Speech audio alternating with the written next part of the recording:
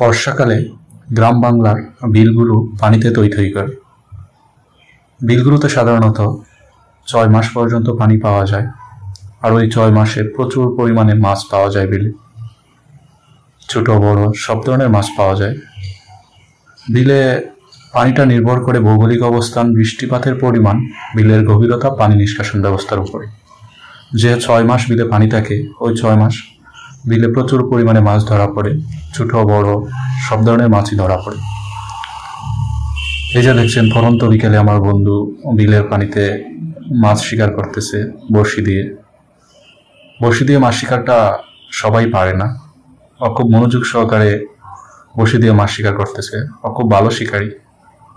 আজ সে ছোট মাছ ধরার জন্য বড়শি নিয়ে আসছে এবং ছোট মাছ শিকার করতেছে।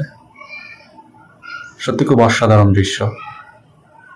এই দৃশ্যগুলো আপনি গ্রাম বাংলা ব্যতীত অন্য কোথাও দেখতে পাবেন না।